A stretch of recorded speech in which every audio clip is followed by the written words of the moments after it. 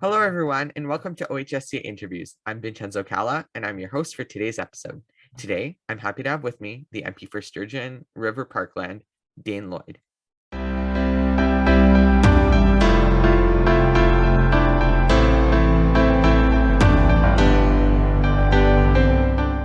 Dane was first elected in 2017 with 77% of the vote and has been re-elected twice since then. In 2013, Dane graduated from Trinity Western University with a degree in history and political studies. Before becoming an MP, Dane worked as a parliamentary advisor to MPs Michael Cooper, Ed Fast, and Jason Kenney. In addition to his political resume, Dane holds a commission as an infantry officer in the Canadian Armed Forces Reserves. Dane currently serves as the Conservative Shadow Minister for Emergency Preparedness. Thank you, Dane, for your time, and thank you for joining us today.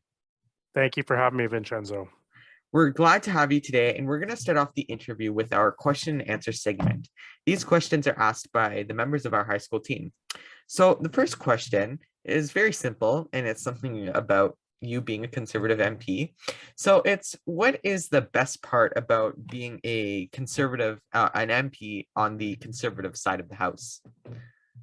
Well, I think one of the best parts is, you get to hold the government accountable. So during question period or in committees, you really get to ask questions. We don't have to spend a lot of time defending what we're doing because we're not in government. So it gives us an opportunity to just focus on really going after the government, trying to hold them accountable. And a lot of times, you'll see sparks fly in the House of Commons, and when you can ask a particularly strong question. And I think that's one of the best parts about being an opposition member of parliament. But being a member of parliament in general, I mean, one of the best parts about the job is the people you get to meet, the constituents, the people who are at the top of their fields, whether it be in business or in the nonprofit sector or in academics or in government, and getting to meet those people and hear from them and from your constituents. Those are some of the best parts about being an MP. Well, really, I mean, we've had so many people on our show before, and we always talk about the role of being an elected official and being able to be able to represent your constituents. And especially you're in a riding where well, obviously your first time around you got 77% of the vote, so a vast majority of the people in your riding are Conservative and probably agree with you. But being able to serve everybody who may not be a Conservative voter in your riding, there's still 77%, there's still a good chunk of people who aren't Conservative voters. So being able to represent everybody and their needs and putting partisanship aside sometimes to sort of listen and learn and share. And I think that's really important, as that's probably really important as your role as an MP. Well, yeah, I mean, obviously, nobody can truly represent 100% of the people. I mean, there's very different viewpoints, even within the conservative movement. There's different viewpoints on all sorts of different subjects. But, I will say I take the concerns of every constituent seriously that comes up to me. I take meetings with constituents who are NDP voters, who are Liberal voters, and who are Conservative voters. And I take all of their concerns seriously, and I do my best to advocate for all of their issues. Now, if you have an NDP member coming forward and saying, I want you to champion this NDP issue that is diametrically opposed to your stance as a Conservative, well, obviously I've been elected by a majority of my constituents who are Conservatives, and I have a duty to stand up for the issues that the people elected me to stand up for. So in those cases, I'm not going to be able to champion those issues that are, directly opposed to what the people who elected me to do. Exactly. And again, there's always conservative solutions to many things, to many issues. To many issues, people may not think about it, but there are great conservative well, look at our platforms. There's great conservative solutions to the environmental issues, and to so many other issues that other parties may seem to think that they're the only ones that care about it. They're not. We have our own ways to deal with those issues too. So I want to go into the next question, which is about your role as a shadow minister. And this comes from Vasu and Ajax, and he wants to ask, as the shadow minister for emergency preparedness, what does that exactly mean, and what experience do you bring to it? What do you do in it? That's a good question. When I first got appointed as emergency preparedness critic back after the election, I was a bit taken out of left field a little bit. It's actually a new role because the government split off the public safety minister from the emergency preparedness minister role. So it's a brand new role. Nobody's ever had this as a standalone role before I did. It's been very interesting. So we deal a lot with natural disasters and man-made disasters. So I got a big issue dumped in my lap very quickly after getting chosen for this role with the flooding that we saw in the lower mainland of British Columbia, just unprecedented amounts of rain and unprecedented amounts of destruction in terms of the financial cost. And so that was really dropped into my lap. Later on in the session in January and February of in this year, we had the issue of the Emergencies Act, which is a never before used piece of legislation that was used to dismantle and deter the trucker protests that have been in Ottawa for quite some time. That was very much a public safety lead, but I had an opportunity to lead on that issue as well as the emergency preparedness critic. In terms of the experience that I bring to the role, I've worked with the Canadian Armed Forces, where we've done a lot of things related to disaster management. We had the Ottawa flooding in the Ottawa Valley that we had back in 2017. I was involved with that process in my role in the military before I was elected. And so there's certain training that you have in the military that I think they thought would bring value to me being in this role. And so that's why I was very pleased to take on this role. Definitely, and we'll go on to more of your time in the military in the next question. But I think that, obviously, these are, I hate to use the word, but unprecedented times, obviously, and so many new things are happening. And as you mentioned, it's a new ministry, new shadow minister with new things happening, and that Emergencies Act was just something else new. And I think we'll talk about it a little more when it comes to your role in the committee, the Public Safety Committee, but I'm sure that goes, that kind of links together with it. It overlaps sometimes. I'm sure we'll talk about it more. I don't want to spoil that right now, but yeah, I think that's definitely something important. And I think that it's good, I guess, of the government to have split that off, and because it's good that we have a more conservative focus on it, to have that focus on emergency preparedness, something that is surrounding us. Were we prepared for pandemic? No. It was in our platform. We would have been prepared for the next one in our election platform, but nobody was. So it's a great role to have in our parliament now, and in our party. So I wanted to move on to the next question, which sort of reflects a little more on your time in the Canadian Armed Forces Reserves. So how did your time as an infantry officer in the Canadian Armed Forces Reserves prepare you for your role as an MP? Well, I'm still serving as an infantry officer, part-time, obviously.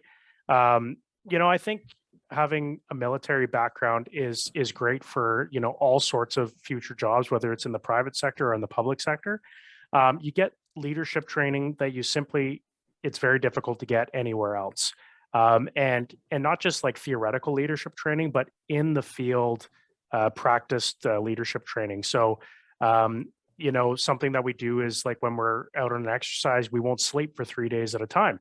And the goal of that training is to train people to be able to make decisions on very little sleep. And so that's something, as a politician, stress management, being able to work with a team and to utilize the skills of each team member, putting others before self. As an officer, we always make sure that the troops eat first, and that as an officer, we're the last one to eat. These are all sort of ingrained teachings that have been built into military training over decades and decades, even centuries of learning. And I think those are invaluable skills that I bring to being a member of Parliament.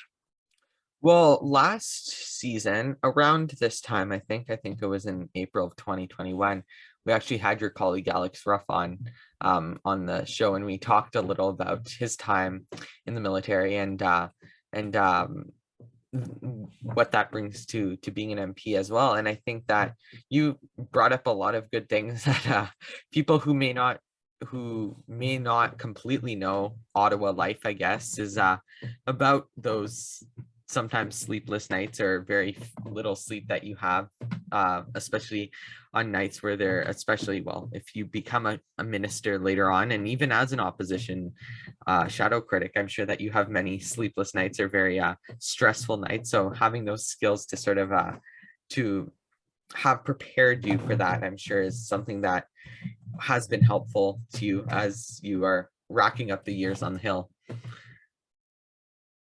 Yeah, absolutely. I mean, I think, the mental resiliency is a big part of what we're doing in the military now.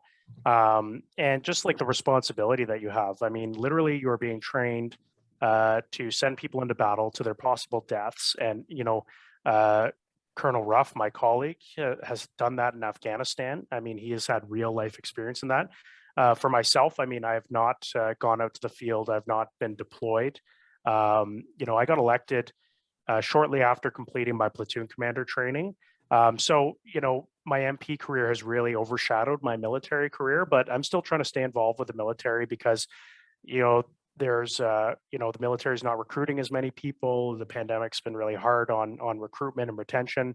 And so I really wanted to stay on and continue to serve because I know we're desperate for officers and desperate for junior soldiers. So I didn't want to leave the military in a lurch.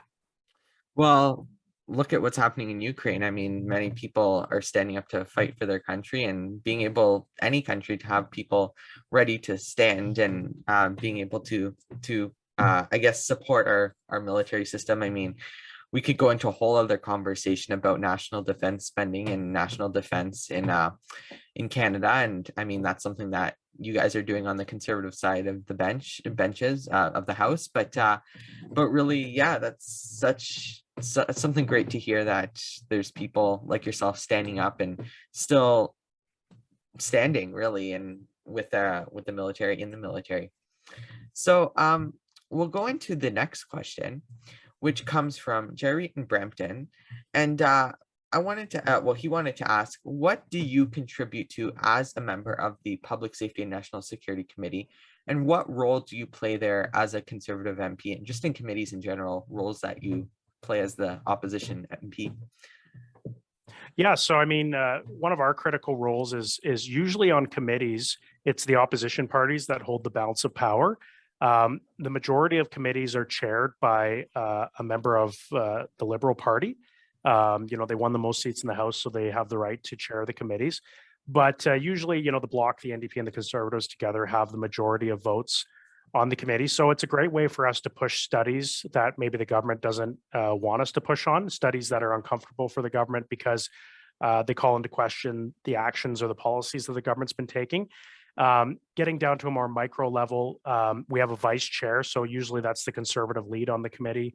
In our case, it's Raquel Dancho. She's our public safety critic. And then I'm sort of, the secondary critic, emergency preparedness. And then we have two other conservative members on committee who also contribute as deputy critics or as, voting members of the committee. So obviously we all have to vote and we have to get the support of the NDP and the Bloc members in order to override the Liberals on certain things. But we're certainly seeing ideologically that there's a lot more similarities between the NDP and the Liberals. So they tend to unite on certain things. So that's very challenging because we obviously have to work with our NDP and Bloc colleagues to try to move things forward. And so we have to find common ground that we might not otherwise find. Personally, I've taken my role in the committee as to be a bit of a pit bull and go after the government and really try to score those points by, demonstrating that, conservatives have something to say. And also, there's a lot of people in this country who are conservatives who feel like their voice isn't being heard. And so I'm trying to do my best to ensure that, it doesn't mean that we're going to get our way, but at least we're getting our voice heard. And I'm going to always try to fight to make sure that we get our voice heard at these committees. Well, definitely. And I think that committee work in general is sort of the unseen portion of Parliament. It's not as widespread in general Canadian households as maybe the House of Commons might be. And it really is. We've had so many conversations on this show, great conversations about how it's away from the theater of Parliament, that sometimes obviously you're still holding the government to the account, but there's a lot more teamwork going on there, like you said, with the other opposition parties, working with them to bring those forward.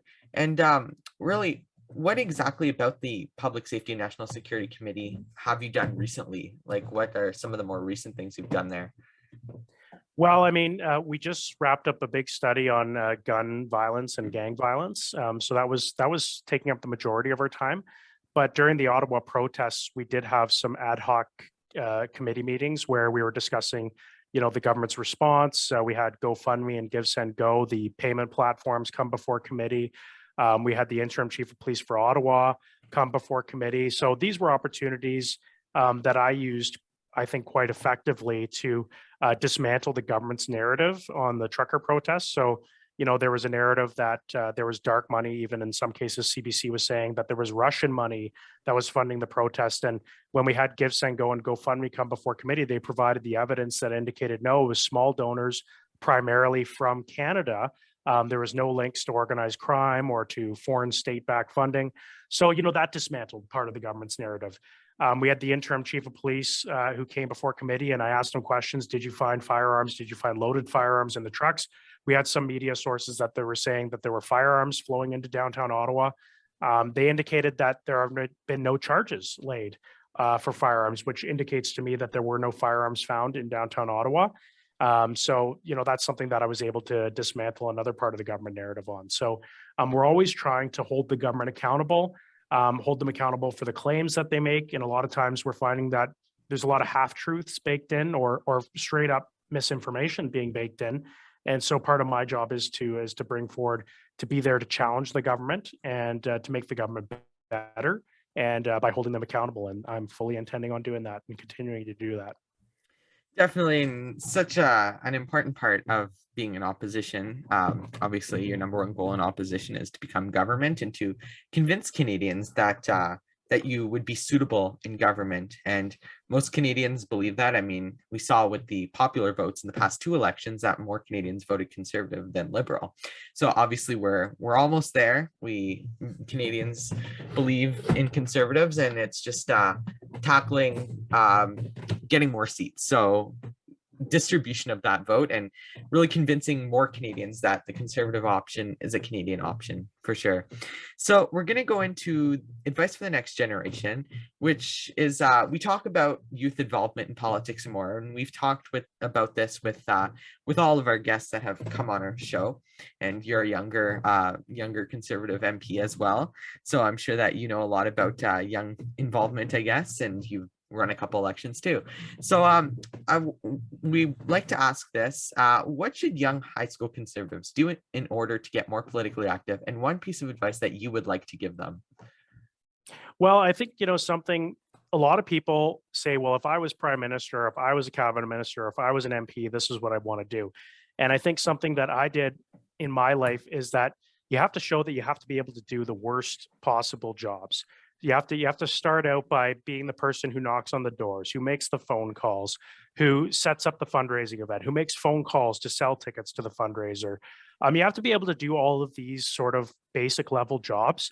And so as somebody who's in high school, it could be quite intimidating to get involved in politics. It could feel like a drudge being the person that knocks on the doors. But in order to prove that you're ready for leadership and prove that you have the ability to take on responsibility for bigger roles, you need to prove that you're able to do these smaller tasks. And these small tasks are very important tasks. Without my strong door knocking team or phone calling team or fundraising team, I couldn't be successful as a member of parliament. So we need high school students to get involved, to do these jobs. We need you to have your voice, say what you think, get involved in your communities, whether it be through your church or other religious group, whether it be through your school, clubs, getting involved in at all levels of community organization, maybe even joining the military, for example, when you graduate. These are all ways, get involved in the institutions, because that's going to be the best way that you're going to be able to move up, to learn the skills that you need to be more successful in politics and in your life in general. Well, those are some great pieces of advice, and I think leadership skills in politics are good for anything. Leadership skills in anything. I mean, politics, obviously, you need leadership skills, and you need to be showing that you're ready to do the work and roll up your sleeves. And I think that that's some good those are some good skills for absolutely anything else where you're serving the community. Public service, your role as an MP, role as an elected official is serving the community. And I think that and serving the people, and anybody who wants to get involved in politics needs to know that your number one priority, number one job, I guess, with in politics is serving people and hearing people's voices and finding a way to bring those all together, like we said at the beginning. So thanks, Dane, for your time today. We really appreciate you being with us. We wish you well in the future, and we thank you so much. And keep doing the great work you're doing in the House of Commons and committees and during question period. And that is it. We hope you enjoyed today's interview. Look for more videos coming soon. Follow Twitter, Instagram, Facebook, TikTok accounts at Ontario HSCons for info about our next interview and for more great content. Make sure to look at our website, ontariohsconservatives.org, to learn more about us, see our projects, and for more great content. YouTube viewers, like this video, subscribe to the channel, and click the notification bell so you don't miss a video. Podcast listeners, follow us and stay updated with new episodes. We hope to see you all soon. Thanks for joining us today.